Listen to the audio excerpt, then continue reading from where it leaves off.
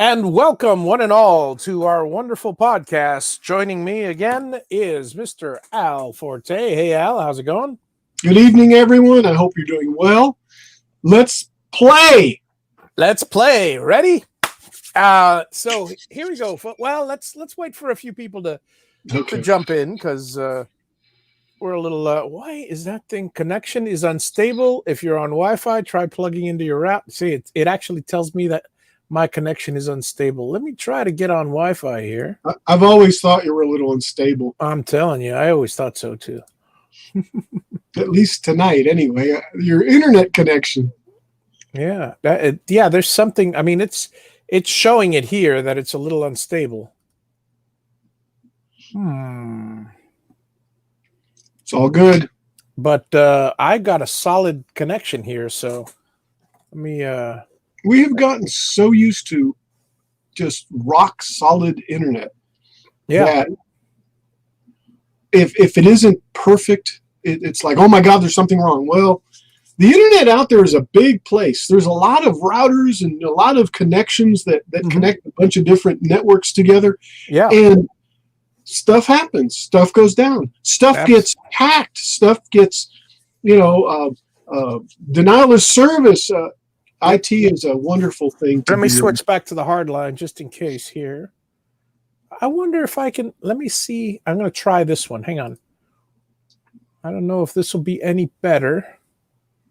But let's see if what it tells me. Does it look any better on your end? No. Tell you what. Now that you're live, I'm going to go ahead and bring up the stream, and let's see. I'm mute myself out, but I'll look.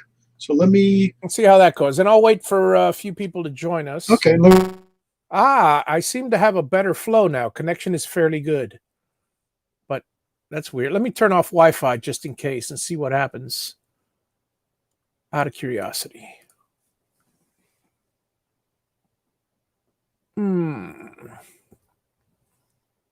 Okay, so it tells me connection is good now. Now my connection is solid because I'm on hardline, but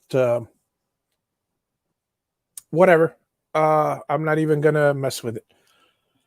So, folks, welcome one and all. I don't see why I don't have that many viewers. I'm at a loss, but I'll wait a few minutes, and then I guess maybe nobody likes Ready Player One. I don't know.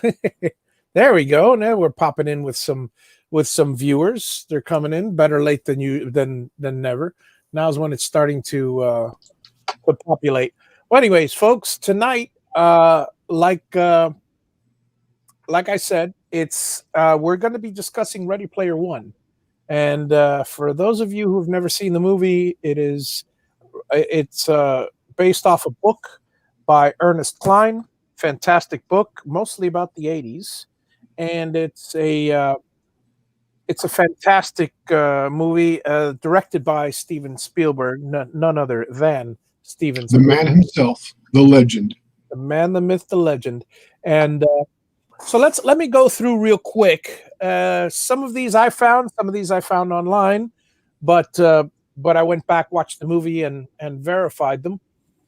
So there's a whole bunch of these things, and my buddy Al doesn't have the list that I have, so I'm going to be questioning him to see if he knows the movie right. We're going to start first with movie references, because there are movie references, there are genre references, there are weapons, vehicles, all different types of things. And it's all going to be mixed up together. Like the movie, it's a hodgepodge tonight of 70's, 80's, 60's, 50's, 40's even. There's some stuff there. Well, anyway, here we go.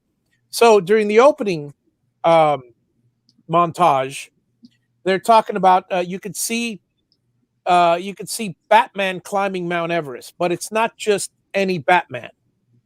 It's Michael Keaton's Batman from the classic from '89. Likewise, the amongst the Avasars filling up the oasis, there's the original, and okay, I know I said that I'm going to be questioning Al, but don't question me too much, but go ahead. If I say RoboCop, well, that's also the name of the movie and the name of the cop. So, well, anyways, so Right. there is a RoboCop from 1987, and but here's one maybe you'll know. RoboCop. Yeah, this is back from 1958. Again, during the sequence, there's a Cyclops from Ray Harryhausen's movie. See if you can place the Cyclops. There's what movie do you know with a Cyclops that it's kind of like model claymation type of Cyclops? The Seventh Voyage of Sinbad? That's it. Seventh Voyage of Sinbad. There's a Cyclops from there. No, these are over and over and over. We've got Freddy Krueger from Nightmare on Elm Street. And likewise, Mike Myers is in there as well. From Austin Powers. I mean, no, not that Mike Myers. Oh, wait a second. Now. Mike Myers, the one with the chainsaw or Anyway, from Friday the 13th. Yeah, no, I'm sorry. Nightmare on Elm Street. Yeah, it was. I meant to say Jason Voorhees. Sorry. Okay. Jason. Right. You got See, I knew what you were saying. You know what I was saying. It's like, there's these things are just incredible pop references. All right. So do I get to ask you stuff too? You can go ahead and throw a few out there. Okay. All right. So at the beginning, there's this big race, right? We haven't gotten there. We're still at the opening. But okay. Go ahead. All right. No. Then I'll wait. Wait till you'll know when I get to the. Okay, so Halliday's virtual vision of his funeral in the beginning. Now, I know you know this one. What is his coffin shaped like, Al? Halliday's coffin. I don't know if I paid attention to that. It's black. It's torpedo tube like, and it says Mark 7 on it. So is it one of the torpedoes from Star Trek? Yes, it's a torpedo from the Wrath of Khan. The one where is it really? Yeah. I didn't catch that, but yeah, you'll see him talking about his in his funeral, and there's going to be a Star Trek symbol. There's going to be a Star Trek Enterprise in flowers, a Star Trek symbol in flowers, and another reef. I'm going to have to rewatch it again now. oh, absolutely. No. I'll continue because there is so much stuff. Okay, so it's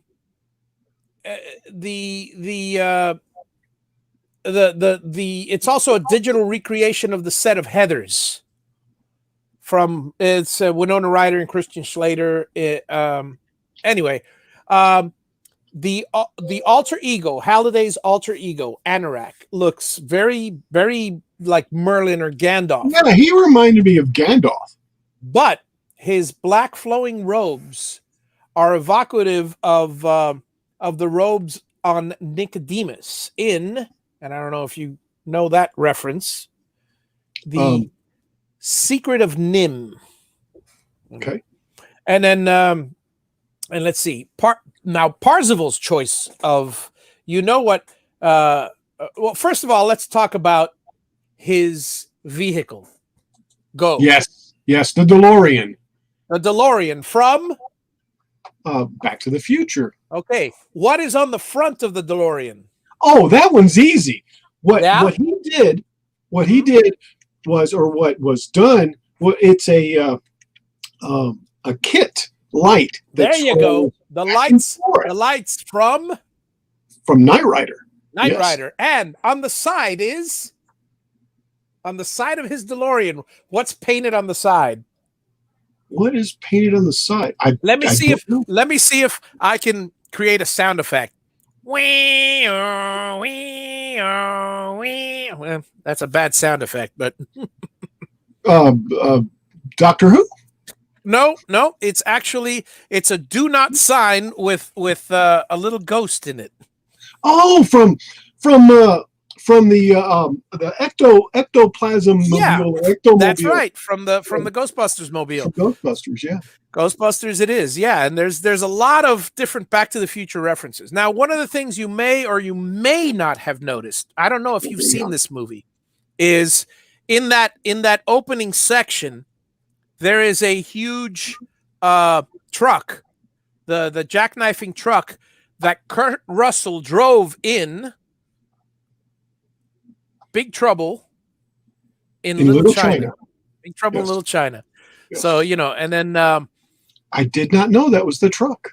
Yep. And there's a Queen Tyrannosaurus Rex. Yes. Now that one is definitely a reference to Jurassic Park. You got it. Yeah. And of course, the big ape in the room.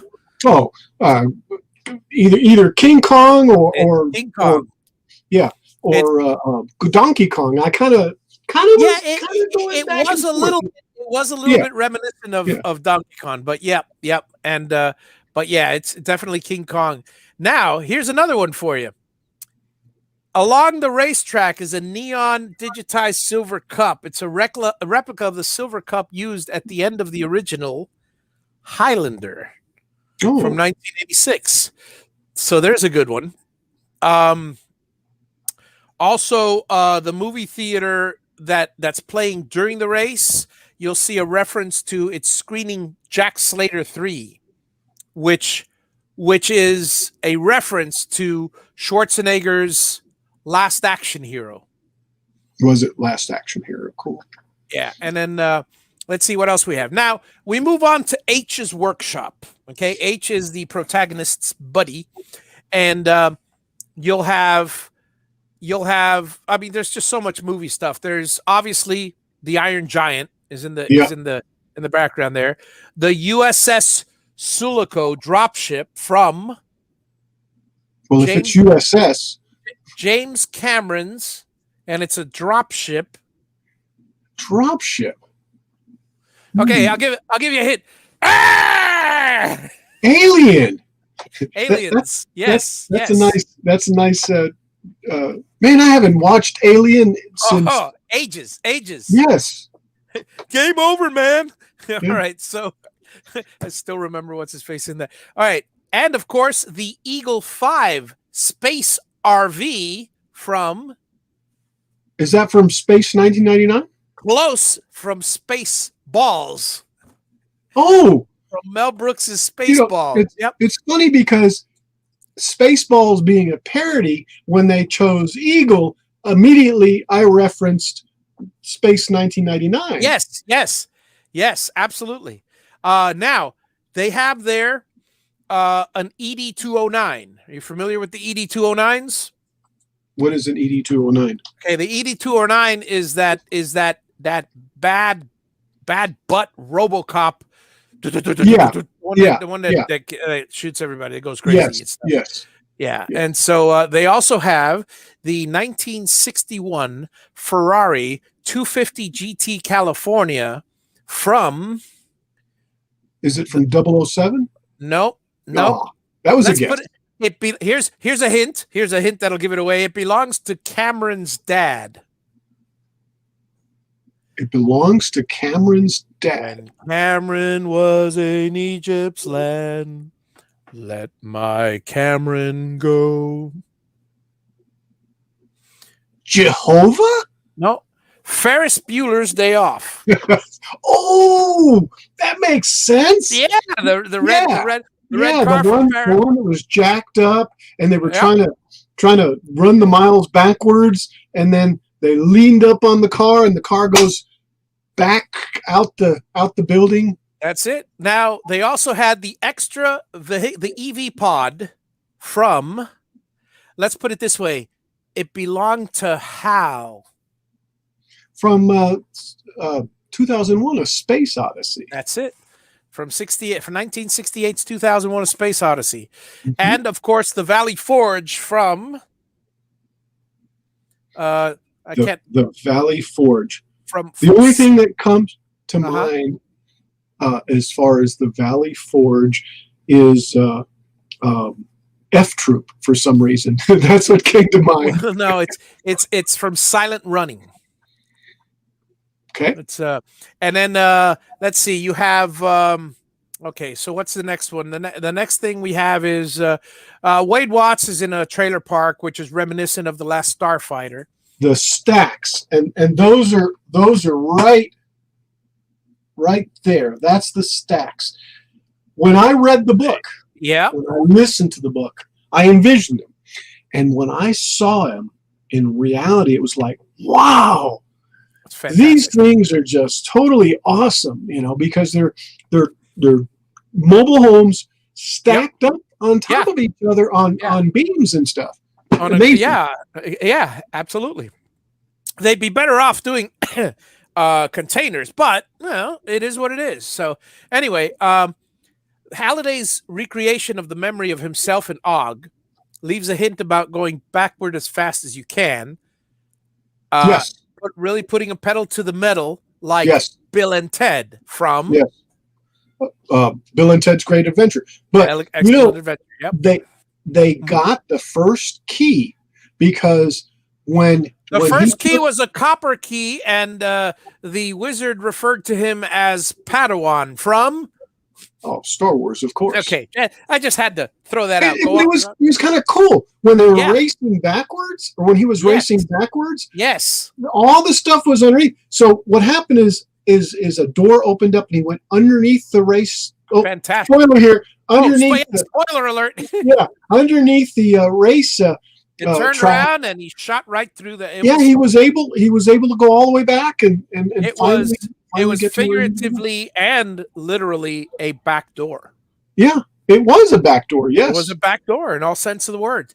Now, Jaito or Xiaito, whatever his name was, he had the Trans Am that blew up, or it might have been Show. It might have been Show. Well, anyways, one of the two allies of the High Five. The High Five is the group of guys that went. Well, anyway, he had the Trans Am. That movie. What movie was that from? I mean, Trans Am. Yeah, Smokey and the Bandit. There you go, Smokey and the Bandit, 1977. And of course, when he won and he had all that money, he goes over to buy. One of the items that he buys is the Holy Hand Grenade of Antioch. I remember he used it, but I don't know what that's from. You don't know what the Holy Hand Grenade is from? Is it from Doom? No, it's from Monty Python and the Holy Grail. Oh, He's reading from the book, and he goes, "And lo, behold, the Holy Hand Grenade of Antioch." I don't know if it was from Antioch in the. I know it was the Holy Hand Grenade, but in Ready Player One, it's the Holy Hand Grenade of Antioch. I'm not sure if. And he used it too. And he used it. Right at the end of the game, or close to the end of the game. Yep. And now the first avatar. That when he entered the Halliday's journals, and all of a sudden everybody started, creeping in around him. The first avatar that said hello to him was dressed as Beetlejuice. Was the avatar of Beetlejuice? So there's another one, Beetlejuice. Beetlejuice. And then Artemis had a Goro suit. She was Goro, and I forgot what that reference is from. And then. It came out with the popping of the chest and stuff from, again, Alien. Yeah, and she did scare him, didn't she? The last one was Aliens, the dropship. This one is Alien, the first one, And so it's incredible. So going a little bit back to the race. Can we go back to the race? Yeah, absolutely. Because right now I'm just doing movie references because there's a whole section on cars and there's a whole section on that, but interject as you like, because on Kanita's bike from Akira, the bike from Akira. Yeah, what stickers were on that bike? What stickers were on that bike? Well, I can scroll down my list and get to it and see. I don't remember it. Hang on, let me see. And better yet, what stickers were originally on that bike, but they couldn't The use them. Shining references, Back to the Future references, video game references. Video games, it's got to be in it. The Shining references, I can definitely tell you two that I remember really, really well. Yeah. Let me see what. Hang on, I'm not there yet though. Hey, oh my God! There's just that. You know what? This is probably going to be a two-parter, folks, because there is no way we're going to get through all of these in one thing. Let's see: superhero and comic book references, miscellaneous references. Let me see if that's in there. Well, I'm not going to go through them. Just go ahead and tell me what was the stickers. There was a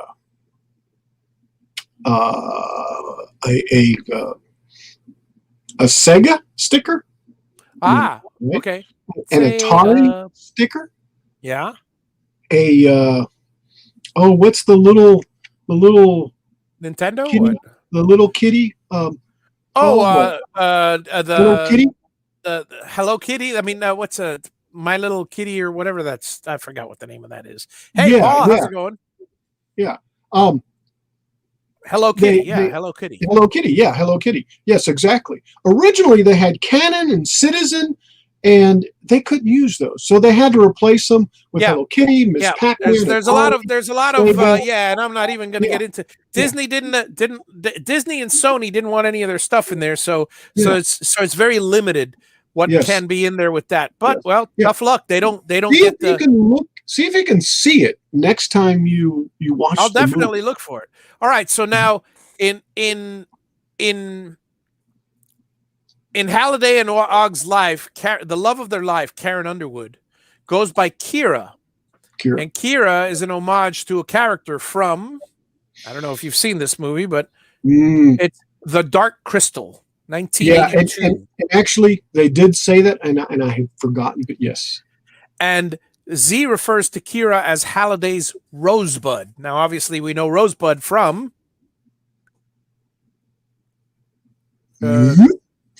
Orson Welles' Citizen Kane. Oh, okay. Spoiler alert, Rosebud is a sled.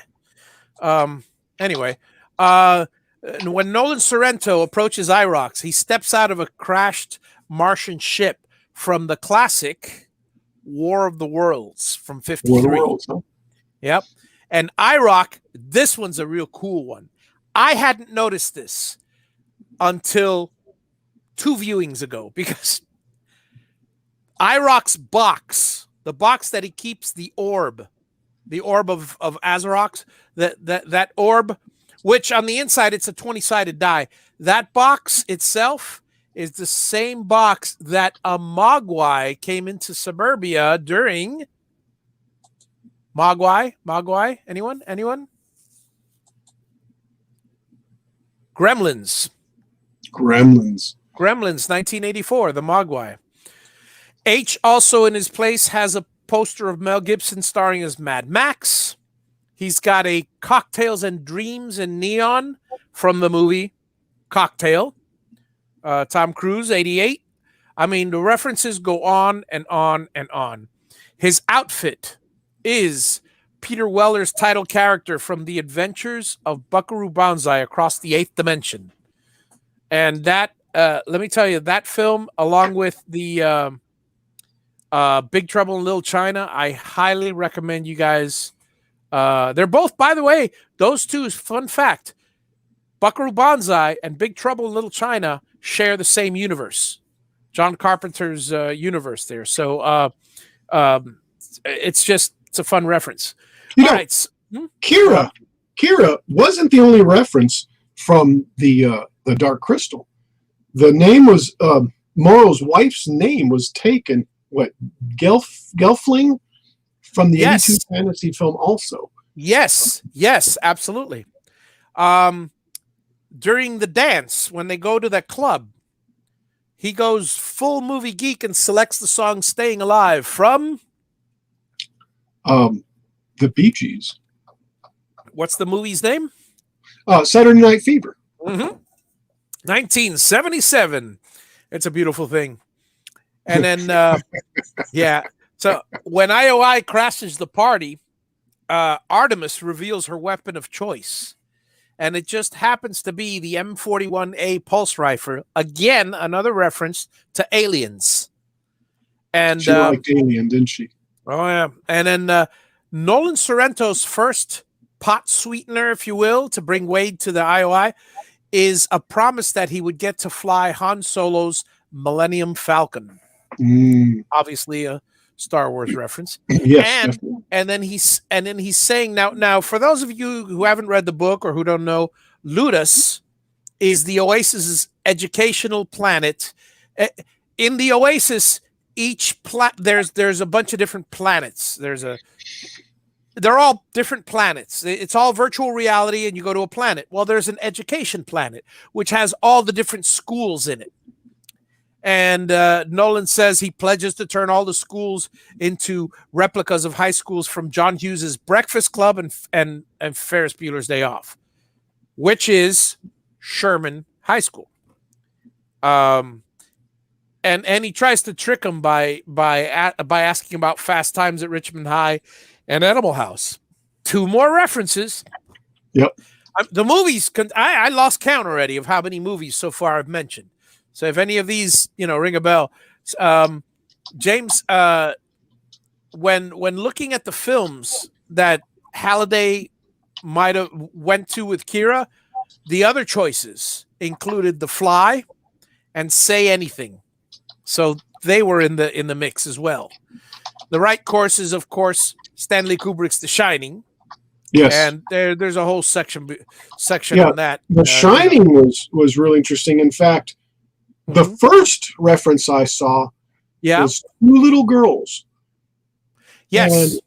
And then the next reference I saw was the blood coming out of the elevator. Yes. And it went all over the place. Now, were there others? Well, let's see. There was the typewriter that repeats all work and no play makes Jack a dull boy. Even though it takes the shape of a key, it kept repeating all work and no play makes Jack a dull boy, which is a reference from them. The bouncing ball, which belonged to the Grady twins, you got that one. The envelope river of blood that pours into the elevator, the ghostly photo, that's the final shot of The Shining. That one is except for Halliday and Kira in the center. And it still features Jack Nicholson's protagonist partying with the dead in 1921. Room 237 is a ghost that attacked Danny Torrance in The Shining.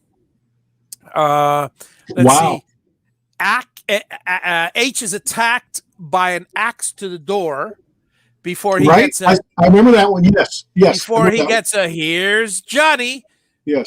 From Jack. Then he's dropped in the snowy maze that Jack Torrance dies chasing Danny in. That's right. He did. He did fall in the maze. Yes. Yeah. When H comes out of the freezer, you can also see Danny's iconic tricycle in the background. So yeah, there were quite a few on that one. Now, the Overlook Theater also played. Firestarter's another one that was mentioned there. Poster. Return of the Jedi, 1983, was also mentioned there. Here's a good one.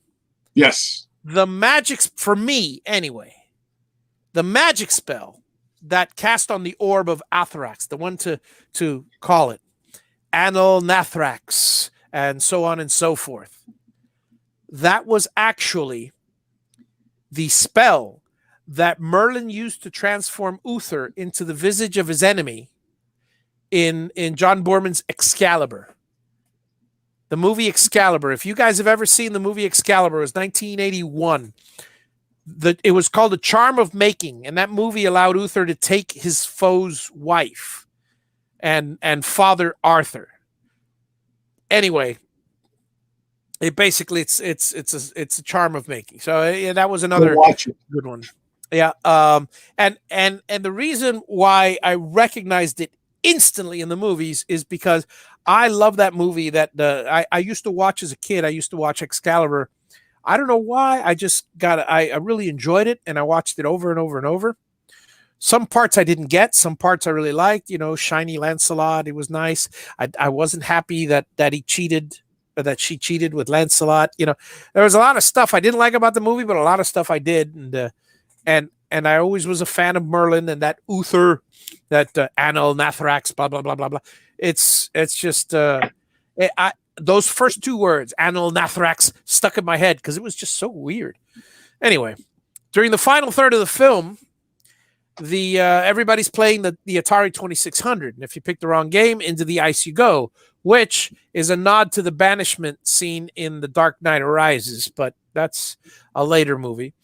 And then likewise, there's a reminiscent dream within a dream from Inception. Some people are reaching here on this other list that I saw. The Inception one I didn't quite catch, but I definitely remember the Atari, and because they had the cartridges that went into them, and then they died. Yeah. Now when Wade leaves Sorrento's faux office, he rips off his face to reveal he's really Parsible, right? Or rather, yeah. And so that's a visually intentional. That's basically Mission Impossible. How many times? That's a nod to Mission. Yeah. How many times have we seen Mission Impossible? Yes. Not just. I'm not talking just Tom Cruise, but the old. How many times has they're walking away? They're walking away, and they're ripping the face off. Yeah. How many times have Nimoy ripped the face off? That's a really. Yes. Yeah. Nimoy has always been the one that most of the time is Nimoy and Martin Martin Landau. During the here's let me see. No, that's there's a Fao Dito. Daito was given a glowing amber sheen in his eyes. Seems like a reminiscent of Blade Runner. I don't know if I agree with that one, but this one's pretty funny. IROC quotes "It's a Wonderful Life" in when he's turning to Sorrento, and he goes, "No man is a failure who has friends." That's. See, I didn't remember that from "It's a Wonderful Life," but that makes sense. I remember the saying. I remember the saying well because I've seen "It's a Wonderful Life." I watch it every year, and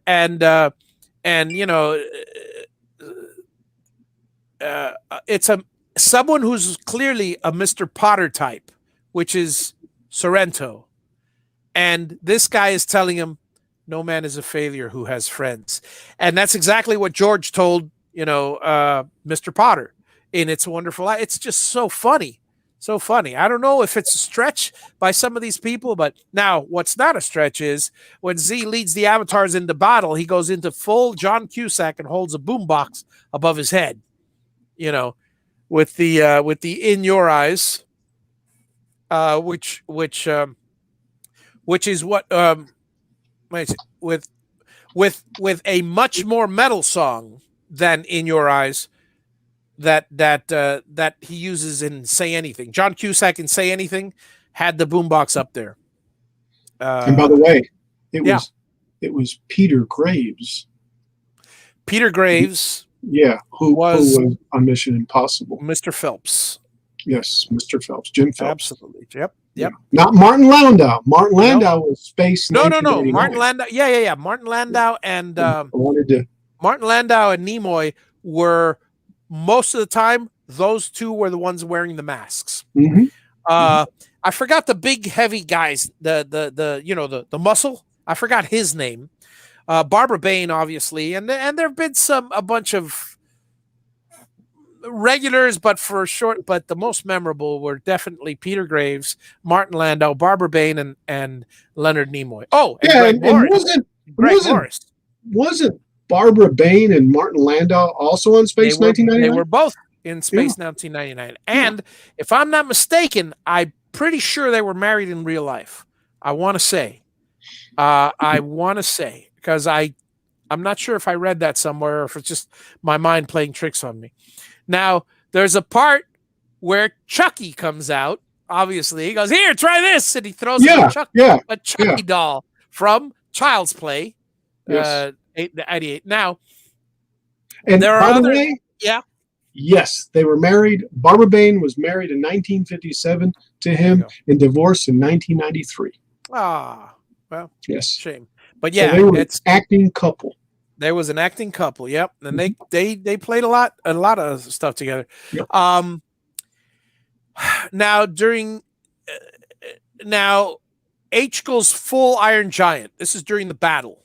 Yes. And it's much bigger in the movie than in the book, but I don't know. She gets her Caterpillar P5000 from Aliens. There's some ED 209s that are in there. There's let's see. Oh, in the book it looked huge to me, or in my mind it was huge. Yeah.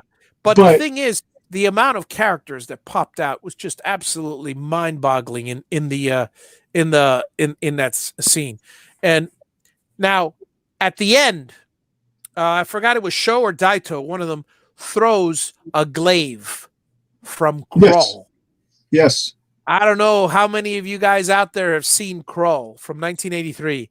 I don't know why, but I used to watch that movie over and over. And I thought it was the coolest movie in the world. I thought, well, not the coolest. It was a great movie, you know. And let's see.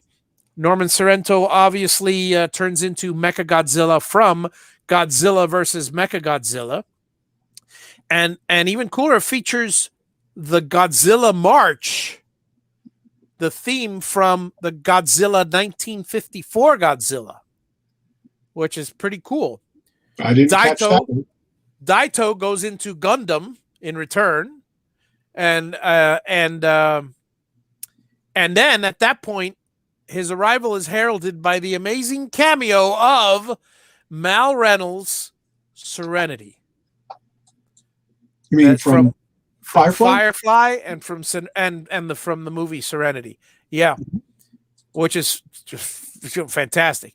Then you got when Iron Giant goes down, he dies just like Arnold Schwarzenegger's T-800 in Terminator 2: Judgment Day.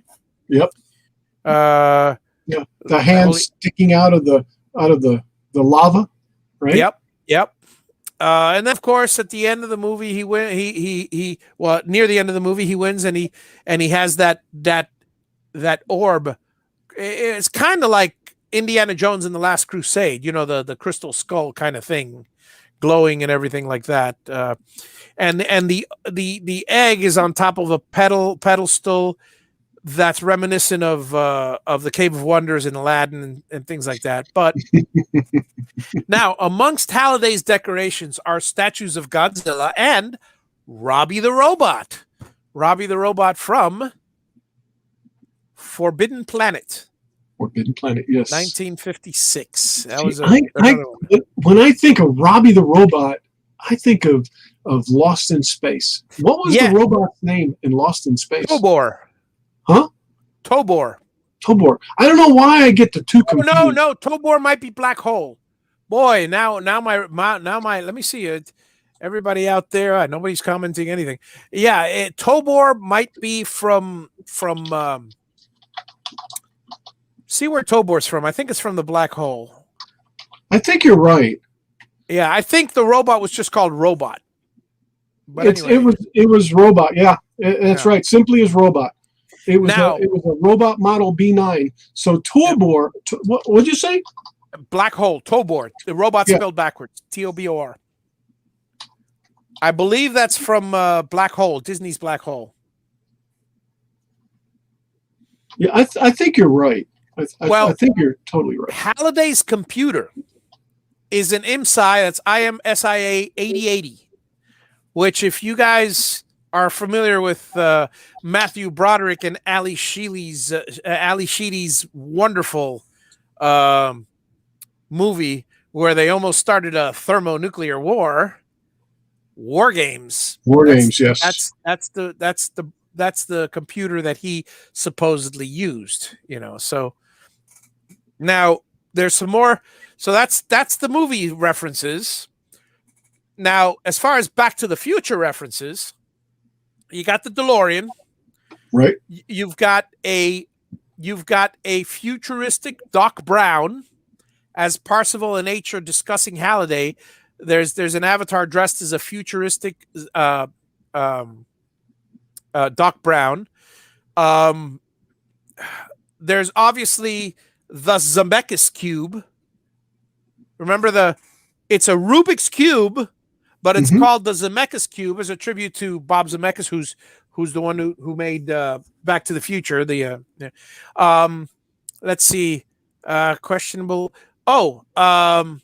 Before Wade Watts enters the Oasis, we witness some questionable product placement of a drone delivering Pizza Hut to a Stax neighbor. As shameless as it is, it's Back to the Future Part 2 had that the Pizza Hut, the inflatable, the dehydrated one or whatever. Wasn't it like 3 pizzas, 3 boxes? I don't remember. But I remember they stuck it in a hydrator, and one little pie like this became whoop, like that. And then growable Pizza Hut pie, who knows? Before Artemis signs out of H's garage during the first meeting, she calls out the hero McFly, as a reference. Back to the Future. Yeah, see you later, McFly. Yeah. The Zemeckis cube, of course, is just fantastic. And Zemeckis combines Robert Zemeckis with, like I said, the Rubik's Cube. No, go ahead. When the best part about when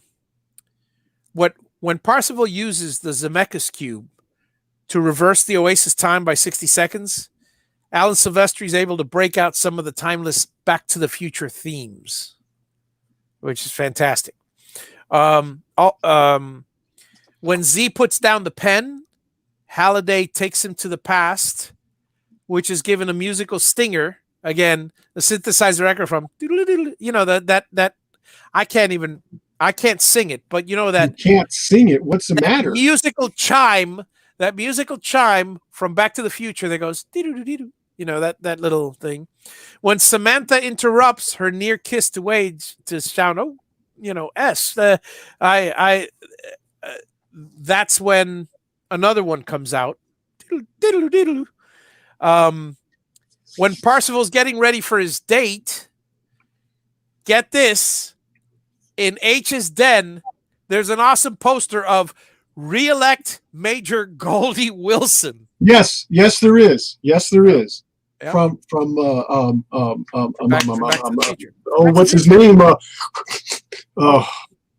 With the sunglasses and the fro and I don't know his real name, but Goldie Wilson. All right, so Ready Player One video game references. Here we go.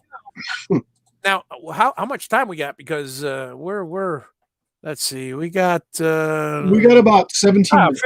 17 minutes. Yeah, let's see how we can get through all of these. Okay, so in the beginning, there's a dedicated area in Minecraft. So we'll see a Minecraft section there at the very, very beginning. There's also someone in James Rayner, someone dressed as James Rayner on Planet Doom. That's James Rayner from StarCraft, if any of you have played StarCraft. A couple of times. Yeah, and on the racetrack, for the first key, the Street Fighter character Ryu makes several cameos. When Artemis quizzes Z about Halliday's favorite shooter, he's quick to check GoldenEye, the 1997 Nintendo 64 video game that's the staple of many millennials' childhood. Also points to avatars from the multiplayer character was Odd Jobs in slaps only mode, no weapons.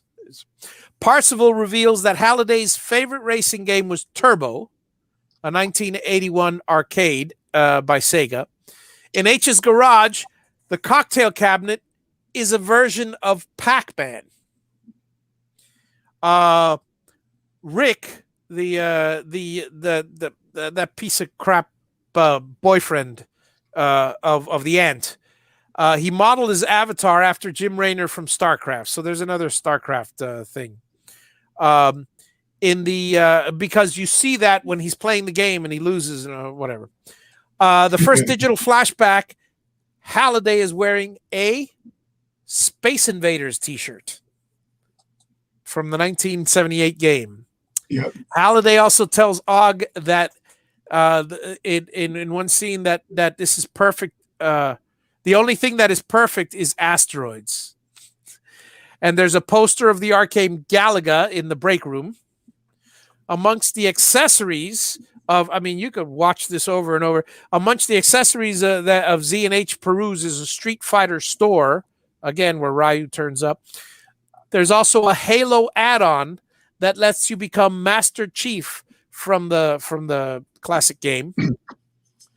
After the Beetlejuice guy spots Parzival, Jill Valentine, in her ridiculous tube top outfit from 1999's Resident Evil 3 Nemesis, shows up also. Artie and Z are meeting up at the archives, and the original video game Lara Croft of Tomb Raider walks by. A four-armed warrior from Mortal Kombat just walks by as soon as she appears to be Goro, the big monster and stuff. Another one is the costume changes with Army. There's a subtle nod to Donkey Kong, as the punk outfit he tries has a big DK on the back.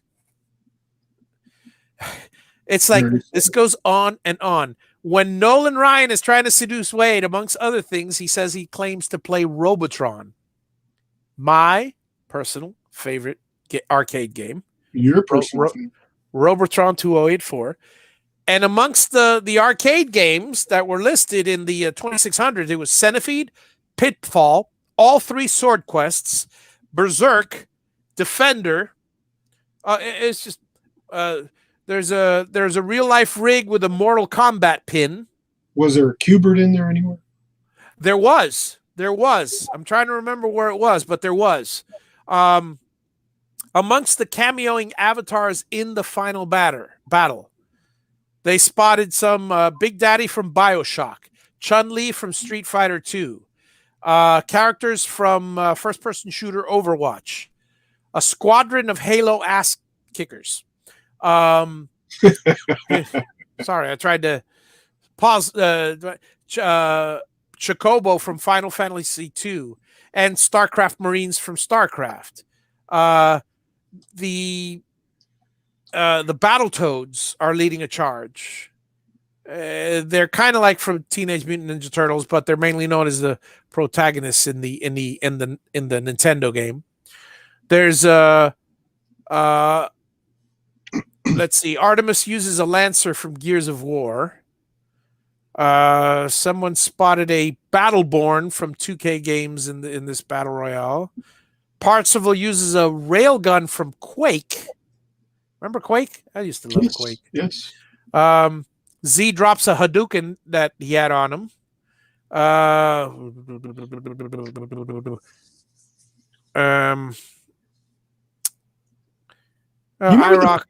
Do you remember the BFG from either Quake or Doom? I can't remember. Do you remember the BFG? No, I'm drawing a blank. Mario Kart, Adventure, Gorf. I'm just going to start naming them. Pac-Man is in there. Super Mario 64. Revenge from Mars. Revenge from Attack from Mars. Let's see. Just so many. All right. Now, superhero and comic book references. Let's see if I could scroll through these quickly. Obviously, in the beginning, there's Batman. Michael Keaton's Batman. Then, let's see. Adam West's Batman was also the Batmobile. Yes, the Batmobile was in there. In fact, the Batmobile came to a screeching halt sideways and fell. Yeah. Let's see here. We got the Greatest American Hero. Artemis's bike has the logo for the Greatest American Hero. So that's one of the logos. It was the Greatest American Hero logo. Let's see. The ones that I physically see are Sega, Hello Kitty, Miss Kitty, Hello Kitty, Atari. There's a yellow one. I don't know what that one is. Yeah, those are the ones that I physically see on the bike. Now, Halliday's favorite quote was from Superman the movie. Some people can read War and Peace. This is from Luthor in Superman the movie said, some people can read War and Peace and come away thinking it's a simple adventure story. Others can read ingredients of a chewing gum wrapper and unlock the secrets of the universe. Let's see. Peter Parker, let's see, reveals his father gave him a alliterative name to mimic super. Hang on, yeah. Wade Watts reveals his father gave him an alliterative name to Wade Watts to mimic superheroes like Peter Parker and Bruce Banner. Fun fact: Ty Sheridan also plays Scott Summers, actor Ty Sheridan, in Mutants, aka the mutant hero Cyclops, in the current X-Men movies. It's amazing how they weave stuff like that in there. I'm telling you. The Clark Kent glasses in Superman the movie. Yeah, in fact, when she gave them to her, it was because he was so noticeable. Parcival was so noticeable. Oh, it's Parcival. And what she did, she pulled out the glasses and says, "Here, wear Clark Kent glasses, and no one can tell who you are." And he's sitting there wearing them, but he refused to wear them. Yep. The 11-year-old Shoto is sporting a varsity jacket that looks a lot like the ones found in Smallville and Superman 3. The Teen Titans, let's see, somewhere in the stacks there's a tagger who's a big fan of the Teen Titans since one of the urban artworks is of DC character Raven. Oh my God, that's so funny. I didn't notice that one either. I didn't either. Let's see here. Batman Arkham Knight is another video game. Spawn. During the epic showdown, Spawn is definitely present for the fireworks. Someone came ready for the war by dressing up as Batgirl, although very briefly. The IOI researcher offices include back issues of DC Comics Presents. Here's some other. Do you know what the IOI cars had right above the IOI logo? I don't recall. It was a QR code that actually worked, kind of like a little shameless, kind of like this. But when you hit the QR code, it took you back to Warner Brothers page. Oh, that's so funny. That's so funny. Okay, so here we go. The film begins with the sounds of Van Halen's Jump before it even fades onto an image. Let's see. Another Avatar dressed in the beginning of the film, when we see RoboCop, another Avatar runs by dressed as Marvin the Martian from Looney Tunes. I saw that one. Also in the sequence is an Avatar dressed as Hello Kitty.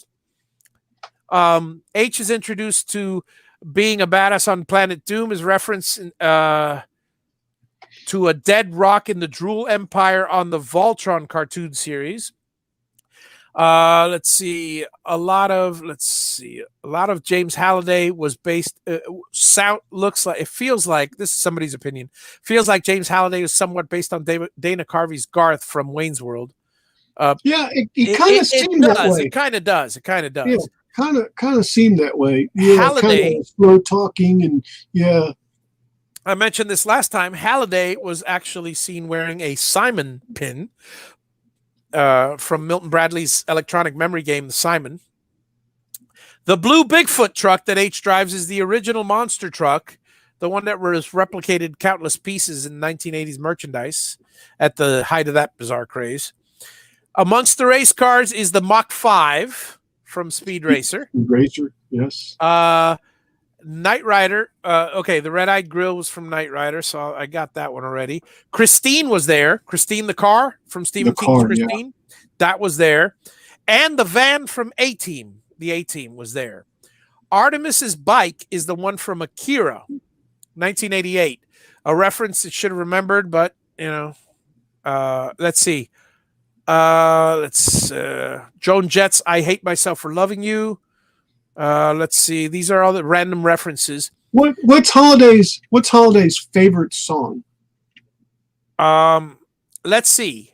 Amongst a few of Holiday's favorite things, is his favorite snack food, Hot Pockets. His favorite restaurant, Chuck E. Cheese, and I don't know anything else. His favorite song.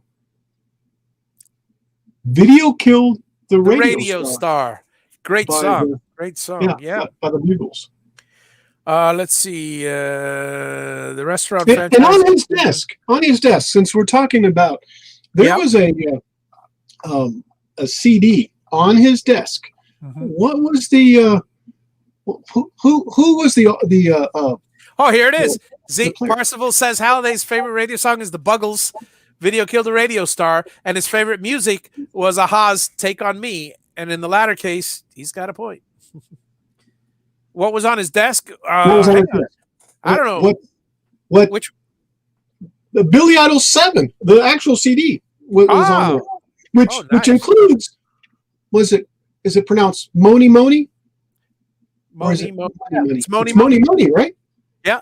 H's Garage includes spaceships from Battlestar Galactica, the original Battlestar Galactica, the 78, 79.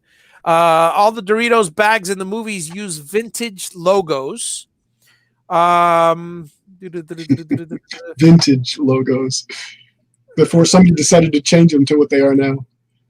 Yeah, came as a subtle jump in. IROC attempts to compliment Nolan Sorrento by saying, "You never lick, you just bite down to the center of a Tootsie Pop like that commercial." You know that commercial? Yep. Yeah, I remember Tootsie that Pop. one. Yep, Tootsie Pop commercial. The little owl.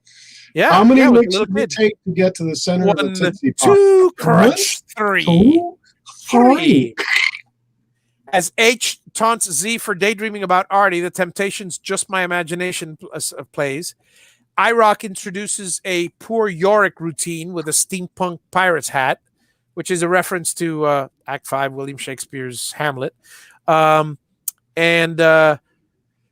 Z calls to the distractive globe, which is a subtler nod to the Bard's masterwork.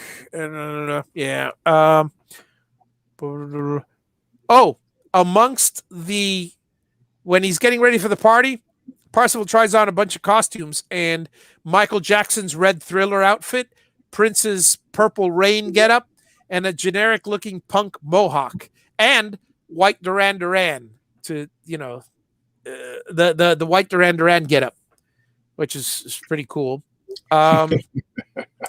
Let's see. As Z enters the distracted globe, Blue Monday adds some style there. Later, when she meets Arnie in the real world, she's wearing a Joy Division shirt. Joy Division is the band that eventually morphed into New Order. Oh, okay. All the robotic bartenders are wearing ridiculous hats from Devo's Whip It in the distracted globe. Yeah, those upside down camel cones. Yeah, upside down cones, cylindrical cylinders upon cylinders upon cylinders. It look like flower pots, actually. Yep. Nolan's deal with the devil included claiming he enjoys drinking Tab. And Tab is disgusting, so it's horrible. Let's see. I've never liked Tab. When H real saccharine. When H is with his ghostly girl, she asks, "Am I being punked?" And the reference is to the awful Ashton Kutcher MTV series Punked. Punked, yeah. Amongst AOA's research materials is a copy of the book Hitchhiker's Guide to the Galaxy. Oh, yeah, by Douglas Adams. By Doug Adams. Yes. The Sorrento's private rig includes the complete Nancy Drew mystery book series. Inside Sorrento and IROC's Orb of Power is a D20 dice from Dungeons and Dragons. That one I knew. And also, what's his face was wearing a little Dungeons and Dragons Halliday on his thing. During Parsifal's big speech in the Oasis, his drone camera appears to be literally a magic 8-ball. And remember, he threw up. It looks like a magic 8-ball. Okay. Z's final call to arms is Twisted Sisters. We're not going to take it. We're not going to take it. During the final battle, He-Man was also sponsored. Let's see, the Mobile Suit Gundam and Gundam Wing. Let's see what else we got here. Mechagodzilla, she does. Oh, a Mad Ball. You saw the Mad Ball when he took out Mechagodzilla with the Mad Ball. You know, Yep. that was a great toy in the mid '80s. Well, for kids, it was a little too young. Not for hobby. I would have thought it would have been for hobby too. Not for me. Both H in real life and in a poster in Halliday's digital tie room includes Rush's 2012 album cover. It's a futuristic dystopian sci-fi rock epic. And let's see here. Young James has got a Dungeons and Dragons poster. The album Devo's Freedom of Choice is visible there. We hear of the gold mines of Gygax. Gary Gygax was, of course, the inventor of Dungeons and Dragons, for those of you who don't know. The robot from Lost in Space, Robbie the Robot, was there. No, the robot. No. I'm sorry. He was a robot. He was a Robbie knockoff, but much more cuddly. Okay. Yeah. There's a killer Masters of the Universe tin lunchbox in Wade's Hangout. Let's see. They say that the Halliday's egg is a nod to the golden seed or the golden egg in anime Sword Art Online. Yeah. Different. There was a Star Trek Batleth in where was it? In Wade and Samantha's Nirvana home. When they had there's a Batleth, on there. Yeah. For those that don't know what a batleth is, for those viewers, that's a batleth right there. There you go. There you go. During the very end, commentary and Brady spotted. Oh no, I got that one. Okay. There's a lot of toys in H's lair. There's a model of the Battlestar Galactica, the Nostromo from Alien. Cygnus, the Cygnus from the Black Hole. That's Disney's Black Hole. And it's mentioned, it's referred to, but it's the Harkonnen dropship from Dune. And let's see, Artemis's references. Let's see here. Artemis should be. Wait, Artemis. Yeah, okay. Fans of Wonder Woman. Diana goddess, remember that. Artemis is a reference to a Greek mythology where Artemis, goddess of the hunt. Further, fans of Wonder Woman might like to know that Artemis was conflated with Diana as one goddess of Roman mythology. Artie's weapons, we got that. Real world has a. In the real world, Samantha's visor has a Batman sticker on it. Parsifal's references, Star Wars, Thundercats. There's a Thundercats symbol on Z's belt buckle. We haven't said Thundercats. Greatest American H's reference, Wonder Woman. Rocky Horror Picture Show. Let's see. What was the reference to Rocky Horror Picture Show? It was... was there a plant? Let's see. In the real world, H has a lot of different vintage pins on her jacket. We could not catch them all, but amongst the ones were spotted a classic Rocky Horror Picture Show pin and a vintage 70's Wonder Woman badge of honor. Okay. Battlestar Galactica, Spaceballs, RoboCop. We got all of these. Battlestar, Silent Running, Exo Squad. It's an exoskeleton on the from the animated series. It's Buck Rogers there's a Thunder Fighter from Buck Rogers in the 21st century. Swordfish 2 spaceship from Cowboy Bebop. Let's see, Mad Max poster, Back to the Future. The bike from Pee-wee's Big Adventure was there too. And the TARDIS from Doctor Who. Can't leave out TARDIS too. With a stuffed Kermit the Frog and a political poster for Will Wheaton. Wow.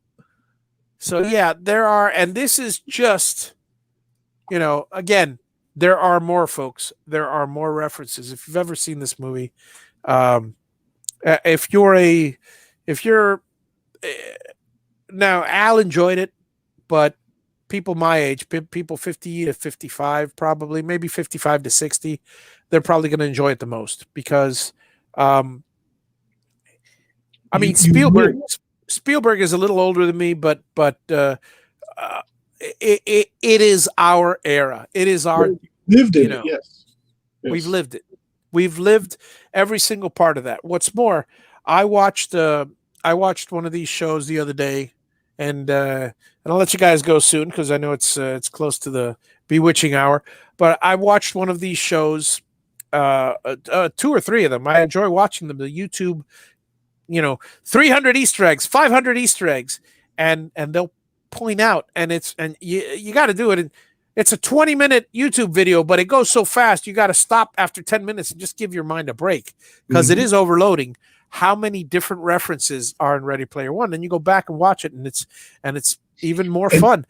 But the references, as many different shows as you watch, they packed them in. I mean, they packed them in more and more and more.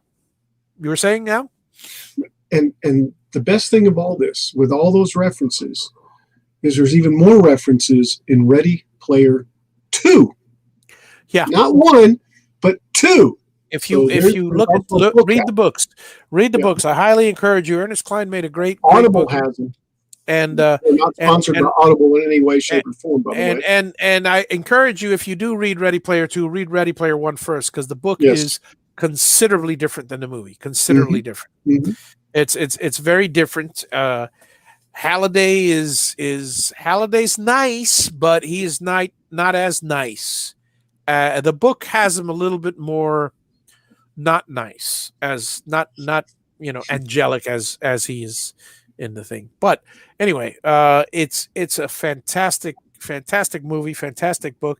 And I don't know about you, Al, but I enjoy all those type of yes, I was saying earlier, things like the Bones episode. For those you guys that watch Bones, episode 10, season 10, that had a throwback to Hitchcock and movies of the 40s or 50s and 60s, whatever. And it was great seeing that.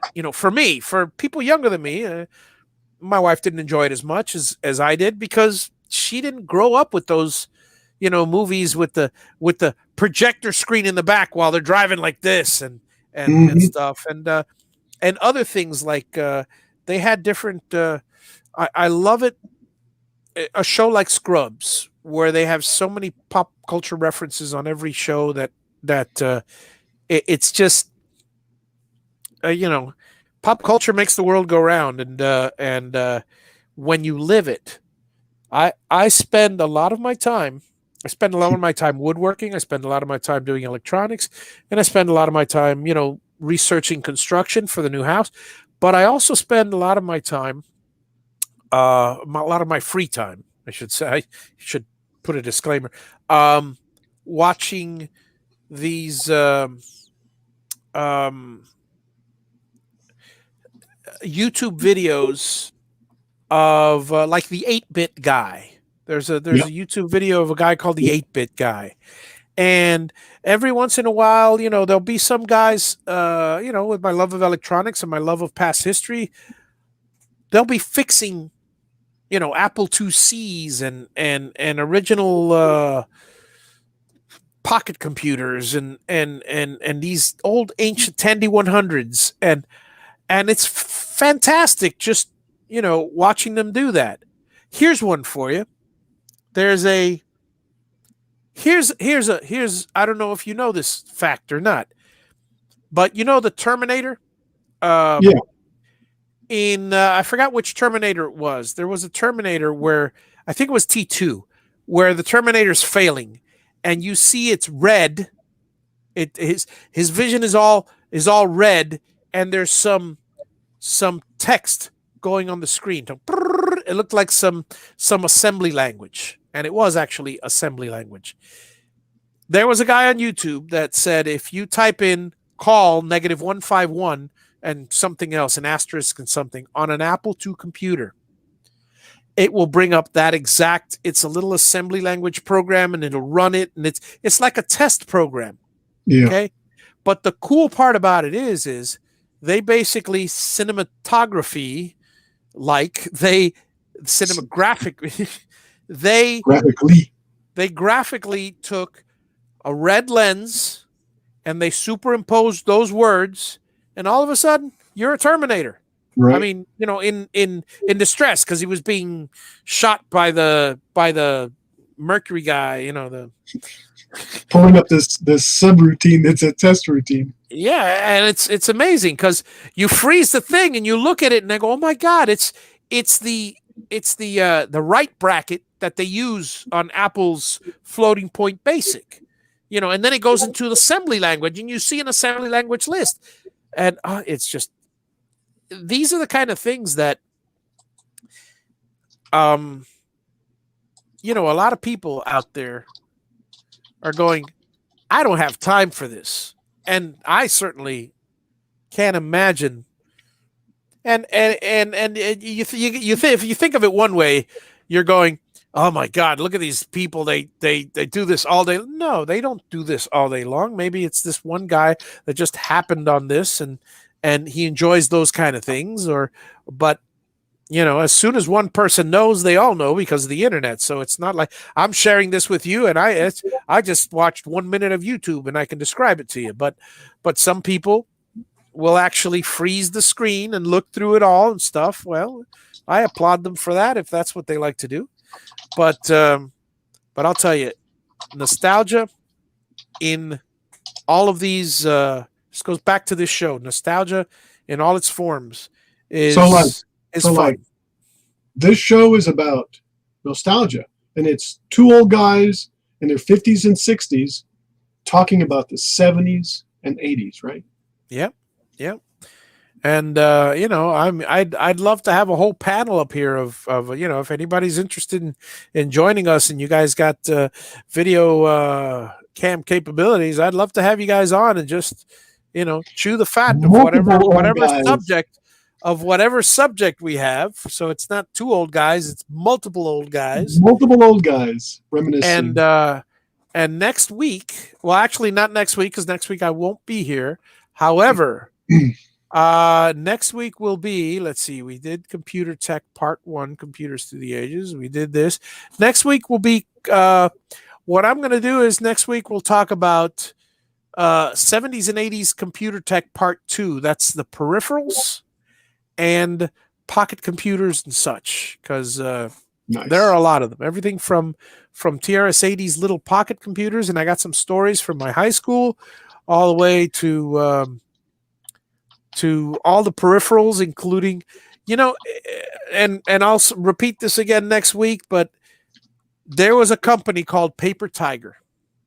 It created this amazing, incredible, state-of-the-art 300 DPI dot matrix printer. 300 DPI. Wow, 300. And it was a dot matrix printer that just went, and it was. How was it again? I wish I could give you the noise, but for those of you who remember dot matrix and daisy wheel printers, and changing the wheel and changing the ball, and whenever you wanted a new typeface, kids, anybody under 40 have got it easy today. Easy. Man. Oh, let's change the font. Highlight, font, type style, done. No, I don't want that one. We had Select we had two to choose from. Yeah. 3. We had Courier, Sans Serif, and Serif. Those were the balls of the IBM Selectric 3 or whatever, the different computers. Yeah, little different typewriters. Latch on top, and the ball would come off. And the ball would come off, and you put the ball in, and then they had daisy wheels, and in a lot of those companies, not only sold the advanced typewriters with memory, which I got stories about that, but they also sold printers. And they use the same daisy wheels, so you can use the same one you swap on your typewriter. You could use in your printer, and then all of a sudden, your printer, instead of just plain Courier, was typing with nice little type of sans serif type or New York or whatever they call New York, serif. No Common Sans, yes, huh? No Comic Sans. no Comic Sans. So if you're ever listening to Awesome Wood Things or Yeah, no, or awesome You, YouTube. you should mention to Awesome Wood Things or All Things YouTube how much you like Comic Sans. That's his favorite font. Not. I'm not a being a now. I was a typesetter for 2 years, and I got it during the beginning in the 1987, 88. This is with the Mac 2 SIs and the Mac 2 CIs, and it was at the cutting edge of. I mean, we typeset newspaper ads and newspaper, all types of. Well, anyway, it was fantastic, and Comic Sans was rarely used. If you wanted something professional, do not use Comic Sans. So yeah, exactly. I'm sitting there on Discord talking to a gentleman from Australia, and he says that the daisy wheels, they went so fast they would overheat. And I remember him going zzz, zzz, zzz, zzz, zzz, zzz, back and forth. Oh also, which those things were flying when. I mean, imagine typing at I forgot how many letters per minute. Letters per minute, not characters. Characters per minute or characters per second. See, first it was characters per second, then it was dots per inch. Yes. And then it was lines per minute. You actually had lines per minute after that, and then now it's just pages. Yeah, now it's pages per minute. So incredible how stuff has changed. Some printers are rated at thousands of pages a month. And we will talk about all that in next week's episode. So, folks, thank you for joining us. We'll see you again in 2 weeks' time. Same bat time, same bat channel, folks, on two old guys in their 50s and 60s talking about the 70s and 80s. Live long and prosper, everyone. Peace and